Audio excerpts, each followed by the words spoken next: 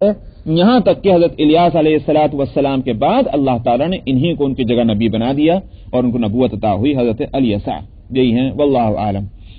اور جہاں تک ذوالکفل کا تعلق ہے، ذوالکفل کے بارے میں میں نے کہا کہ نہ تو قرآن میں اس سے زیادہ تفصیل ہے نہ حدیث میں، البتہ یہ ہے کہ تفسیر ابن جریر کے اندر مجاہد سے ایک قول ملتا ہے، اور اسی کے موافق ایک قول ہے صحیح ابن حبان کے اندر حضرت عبداللہ بن مسعود اور حضرت ابو موسیٰ اشعری رضی اللہ عنہما سے وہ ایک روایت ملتی ہے، اور وہ روایت جو ہے وہ اس طرح سے ہے کہ حضرت الیسع علیہ السلام، جن کا یہ بھی ذکر آیا ہے، یہ جب بہت بوڑھے ہو گئے تو انہوں نے لوگوں سے کہا، اور یہ صاحب حکومت بھی ہیں حضرت الیسع،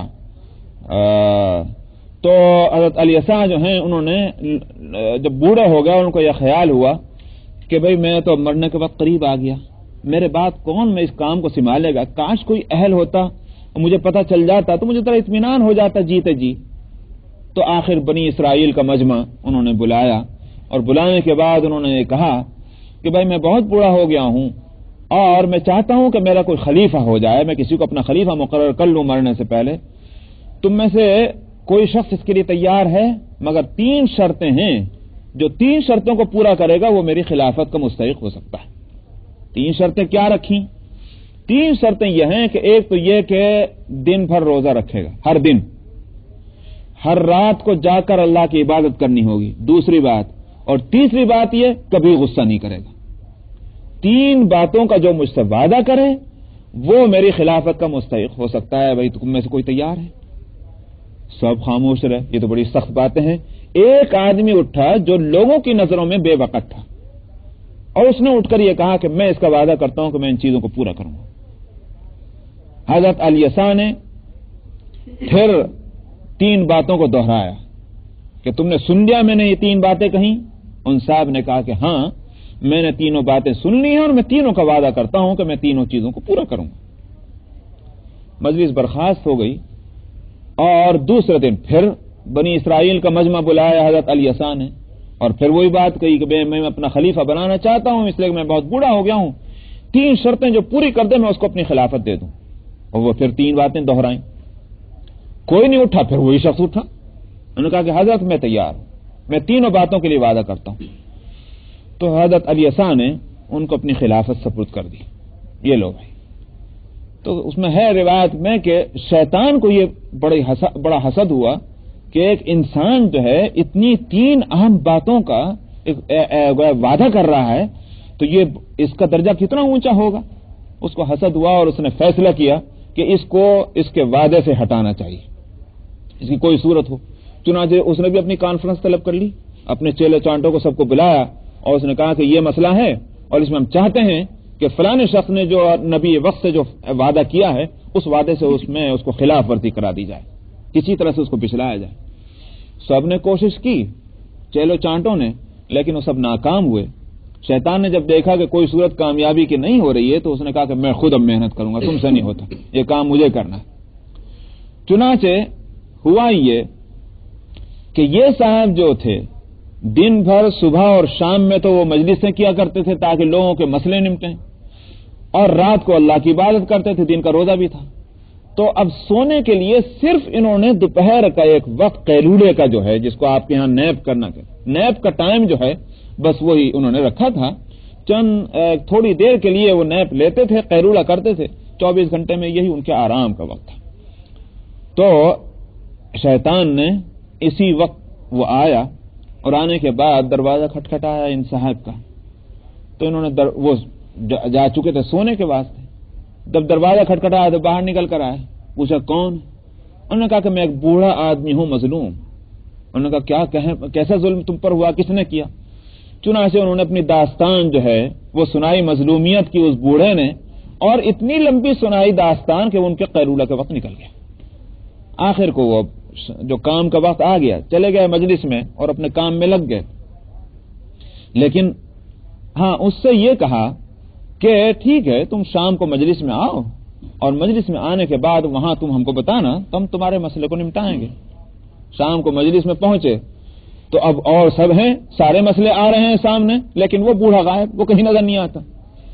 مجلس ختم ہو گئی, بار بار ان حضرت نے دیکھا لیکن مجلس میں کہیں نظر نہیں آیا. مجلس ختم ہوئی, دوسرے دن صبح کو مجلس ہوئی, پھر دیکھا کہ شاید شام کو نہیں آیا, صبح کو آ گیا ہو, کہیں نظر نہیں آیا.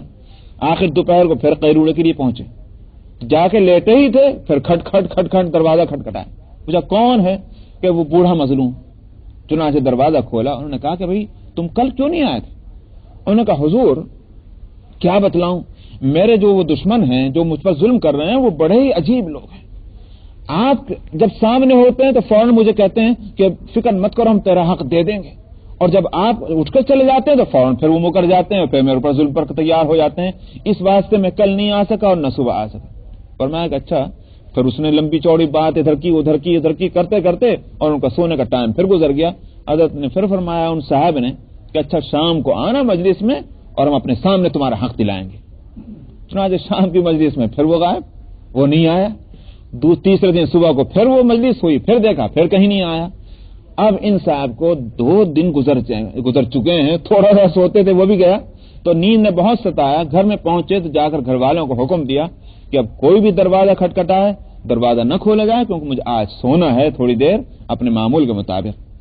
چنانچہ وہ سونے کے لیے پہنچے ہی تھے تو ایک صاحب پھر دروازے پہ پہنچے, کھٹ کھٹ کھٹ کھٹ. گھر والوں نے کہا آج نہیں کھلتا دروازہ, منع کر دیا ہے صاحب نے. انہوں نے کہا صاحب میں 2 روز سے آ رہا ہوں, میں بہت مظلوم ہوں اور ان سے بات کرنی ہے, ان سے وعدہ میرا طے ہے.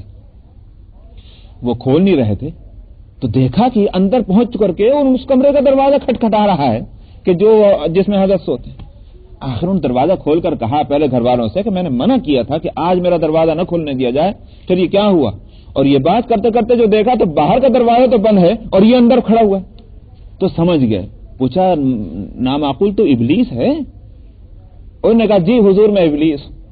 انہوں نے کہا کیوں؟ انہوں نے کہا کہ آپ نے جو وعدہ کیا تھا نبی وقت سے, اس وقت سے میں آپ کے پیچھے لگا ہوا ہوں, میرے سارے چیلے چانٹے جو ہیں ناکام ہو گئے ہیں, اور میں اس فکر میں لگ رہا تھا کہ آپ کو میں کسی طرح غصہ دلا دوں, لیکن میں ہی ناکام ہوا. تو یہ ہے ان کا واقعہ. وہاں اس کا تذکرہ ہے کہ یہ حضرت ذوالکفل ہے. حضرت ذوالکفل کا یہ واقعہ ہے. حضرت الیسع نے انہی کو یہ خلافت دی تھی, اور ان کا نام ذوالکفل اس لیے پڑا کہ جو کفالت جس چیز کی انہوں نے کی تھی, جو وعدہ انہوں نے کیا تھا, اس وعدے کو انہوں نے پورا کیا, تو ان کا لقب اور خطاب جو ہے وہ ذوالکفل ہو گیا اور اسی نام سے پکارے جانے لگے. اصل نام کچھ بھی ہوگا. ایک بات. دوسرا جو ہے وہ ایک روایت آتی ہے. ویسے اس پر بحث کرتے ہیں اس لیے کہ روایت جو ہیں یہ روایتی کے درجے میں ہے, لیکن یہ اس پر گفتگو ہے کہ یہ روایت کوئی زیادہ مضبوط نہیں ہے جس پر اعتبار کیا جا سکے, لیکن بہرحال ایک روایت میں نے اس کو نقل کر دیا. ایک دوسری چیز آتی ہے, وہ حدیث میں ہے مسند احمد کے اندر, حضرت عبداللہ ابن عباس رضی اللہ عنہما سے ہے وہ, اور وہاں یہ حدیث میں آتا ہے کہ کفل, ذوالکفل نہیں, کفل نامی ایک شخص تھا بنی اسرائیل کے اندر, فاسق اور فاجر. اس کے پاس ایک عورت آئی حسین اور جمیل. آخر انہوں نے اس سے 60 اشرفیوں پر اس کو تیار کر لیا گناہ میں مبتلا ہونے کے لیے. وہ تیار ہو گئی. جب یہ 60 اشرفیاں اس کو دے کر اور یہ اس سے ہم بستر ہونے کے لیے تیار ہوئے تو وہ رونے لگی زار و قطار. اس نے کہا تو روتی کیوں ہے, کیا مجھ سے نفرت ہے؟ انہوں نے کہا کہ نہیں, ایسی تو بات نہیں ہے, بلکہ مجھے رونا اس پر آیا کہ میں نے زندگی میں کبھی یہ کام نہیں کیا, بدعملی نہیں کی ہے, لیکن آج مجھے ضرورت اور مجبوری نے اور پیٹ نے مجھے مجبور کیا ہے, اس واسطے میں رو رہی ہوں. اس نے کہا کہ اچھا, تو نے اگر یہ کام کبھی نہیں کیا تو پھر اب تم محض پیٹ کی وجہ سے, ضرورت کی وجہ سے کام ہرگز نہیں کر سکتی. جا تو اور اپنی عصمت کی حفاظت کے ساتھ جا, اور یہ 60 دینار بھی تو لے جا, 60 اشرفیاں بھی تو لے جا, اپنی ضرورت میں کام لا. اور اس کے بعد انہوں نے کہا کہ ذوالکفل بھی اس بات کا وعدہ کرتا ہے کہ آئندہ پھر یہ گناہ اللہ کی نافرمانی نہیں کرے گا. تو یہ ذوالکفل نہیں, کفل نہیں. تو حدیث کے اندر لفظ آتا ہے کفل کا.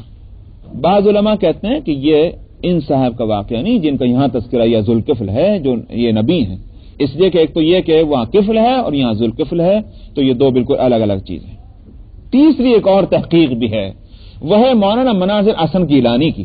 شاید لوگوں نے جو حیدرآباد کے جو حضرات ہیں اور ان کو دینی مجلسوں میں وہاں شرکت کے موقع ملے ہوں گے, وہ جانتے ہوں گے مولانا مناظر حسن گیلانی کو. وہ تھے تو گیلان بہار کے رہنے والے اور ہمارے یہاں کے پڑھے ہوئے ہیں بڑے علماء میں تھے, مگر حیدرآباد میں ان کا وقت گزرا ہے اور وہاں کافی ان کی تقریر بڑے صاحب تصانیف واقع تھا, اور میں ان کی کئی کتابیں اور کئی مضامین میں پڑھ چکا ہوں.